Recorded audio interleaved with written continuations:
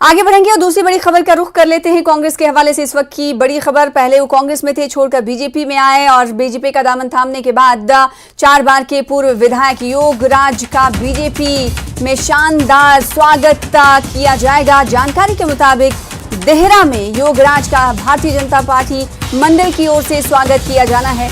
योगराज ने मंगलवार को ही सीएम जयराम ठाकुर की मौजूदगी में भारतीय जनता पार्टी की सदस्यता ली। इस मौके पर उन्होंने एकजुटता का भी संदेश दिया था, जिसके लिए बीजेपी ने उनका स्वागत किया। तो इस वक्त की बड़ी खबर आपको दे रहे हैं। चुनाव जैसे जैसे नजदीक आते हैं वैसे वैसे सियासी नेताओं का, राजनीतिक नेताओं का पाला बदलने का सिलसिला भी शुरू हो जाता है। तो इसी कड़ी में इस खबर को भी देखा जा सकता है। कांग्रेस को छोड़ा और फिर बीजेपी की सदस्यता ग्रहण की और 4 बार ये विधायक रह चुके हैं, पूर्व विधायक रहे हैं। योगराज का बीजेपी ने शानदार स्वागत किया। दिल्ली में हिमाचल कांग्रेस की बैठक से लौटे चुनाव प्रचार समिति के अध्यक्ष सुखविंदर सिंह सुक्खू ने बड़ा बयान दिया है। उन्होंने बताया कि कांग्रेस जल्द ही प्रत्याशियों की पहली लिस्ट जारी करेगी। टिकट आवंटन के लिए स्क्रीनिंग कमेटी की बैठक अगले सप्ताह होने वाली है और इसमें प्रभावशाली चेहरे को ही टिकट दिया जाएगा। स्क्रीनिंग कमेटी की बैठक के बाद सेंट्रल इलेक्शन कमेटी की भी बैठक होगी, जिसमें प्रत्याशियों के विधानसभा क्षेत्र को लेकर विचार विमर्श किया जाएगा। इस मौके पर सुक्खू ने केंद्रीय मंत्री अनुराग ठाकुर के उस बयान पर भी पलटवार किया, जिसमें अनुराग ठाकुर ने कहा था कि कांग्रेस पार्टी अस्तित्व की लड़ाई लड़ रही है। सुक्खू ने कहा कि भाजपा से कांग्रेस को प्रमाण पत्र लेने की जरूरत नहीं है।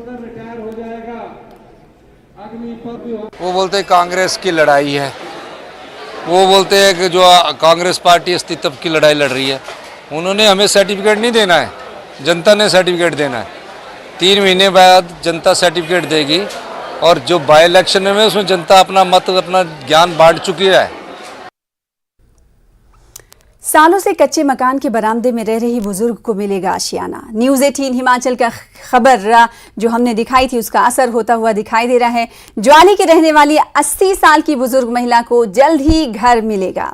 जी हां, डीसी के आदेश पर एसडीएम ज्वाली ने बुजुर्ग महिला के घर का जायजा लिया और मुख्यमंत्री आवास योजना के तहत घर बनाने का भरोसा भी जताया।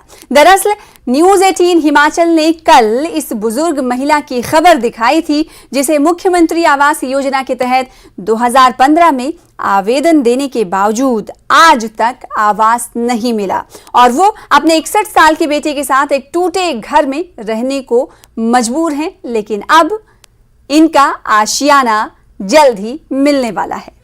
सीएम आवास योजना के तहत इन्हें आशियाना मिलेगा।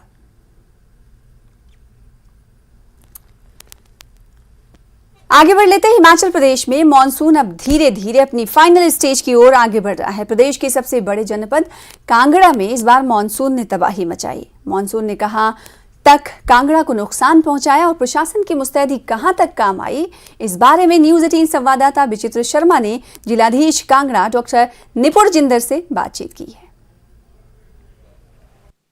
मानसून सीजन अपने पूरे चरम पर है और आए दिन कहीं ना कहीं हमें चाहे बारिश है चाहे बाढ़ है उससे नुकसान की भी सूचनाएं मिल रही हैं। फिलहाल हम लोग कांगड़ा में मौजूद हैं और कांगड़ा में किस तरह के हालात हैं मानसून को लेकर, उसी पर चर्चा के लिए हमारे साथ इस वक्त जिलाधीश कांगड़ा डॉक्टर निपुण जिंदल जी हैं। उनसे बातचीत करते हैं कि फिलहाल क्या स्थिति है कांगड़ा में मानसून की। सर, सबसे पहले तो न्यूज़ 18 पर आपका बहुत स्वागत। Thank you. सर, अगर चर्चा करें मानसून की, फिलहाल की स्थिति क्या है? देखिए, जो इस बार मानसून है ज़िला कांगड़ा के अंदर पर्टिकुलरली कुछ एरियाज़ के अंदर बहुत ज़्यादा हैवी जो रेन्स हैं वो देखी गई हैं और उसकी वजह से जो डैमेज है पब्लिक प्रॉपर्टी को भी, प्राइवेट प्रॉपर्टी को भी, रोड्स को, वो काफ़ी ज़्यादा डैमेज यहाँ पे जो है वो आंका गया है।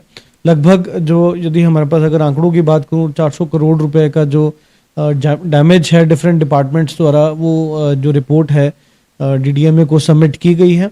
और इसके साथ साथ 26 जो ह्यूमन लाइफ्स हैं वो अनफॉर्चुनेटली इस मानसून सीज़न में जो डायरेक्टली और इनडायरेक्टली हम मानसून को एट्रीब्यूट करते हैं वो अनफॉर्चुनेटली लॉस हुआ है उन 26 लाइफ्स का। अगर लास्ट ईयर देखें तो क्या उस वक्त इतना नुकसान हुआ था जितना कि अभी हो चुका है मानसून का? कुछ अपने पास ऐसे कुछ आंकड़े हैं? देखिए लास्ट ईयर यदि मैं बात करूं तो ह्यूमन लाइफ्स का ज़्यादा लॉस हुआ था, मतलब क्योंकि बो वाला डिज़ास्टर था, उसी के अंदर काफ़ी जो ह्यूमन लाइफ्स है वो लॉस हुई थी। और एक इंसिडेंट्स कुछ ऐसे थे जहां पे जो बहुत ही अपना दिल दिलाने वाले इंसिडेंट्स थे। जो बो की जो त्रासदी है वही एक, उसमें भी हमारा जो रिसर्च जो रेस्क्यू ऑपरेशन है, सर्च ऑपरेशन है, रिट्रीवल बॉडीज़ की हमने की थी, वो लगभग 5 दिन जो हमारा ऑपरेशन चला था वहाँ पे। तो इस बार उस प्रकार का कोई ऐसा मेजर इवेंट नहीं रिपोर्ट हुआ है। हालांकि जो लॉस टू लाइफ और लॉस टू प्रॉपर्टी है, और लॉस चाहे वो प्राइवेट हो चाहे पब्लिक हो, वो मेरे हिसाब से इस बार थोड़ी सी ज़्यादा है as compare to the last year. तो किस तरह की प्रेपरेशन थी, किस तरह की अलर्टनेस थी, और हम उस कसौटी पर कितना खरा उतरे हैं? कोई चीज़ की असेसमेंट हुई है अभी? हमारा सिर्फ ये एम था कि जो एक टर्न अराउंड टाइम है, यदि कोई मान लीजिए कहीं पे त्रासदी होती है या कोई ऐसी रिपोर्ट आती है, वहाँ पे जितनी ये हैवी मशीनरी है उसका मतलब 30 मिनट के भीतर भीतर वहाँ पे वो मशीनरी अपना पहुँच जाए। अभी मानसून खत्म नहीं हुआ है, 15 सितंबर तक माना जा रहा है। आगे भी जो भी भविष्यवाणी होगी उसके मुताबिक ही चला जाएगा। तो फिलहाल आप खुद भी सुरक्षित रहें और दूसरों को भी सुरक्षित रखें। धर्मशाला से विचित्र शर्मा, न्यूज़ 18 हिमाचल।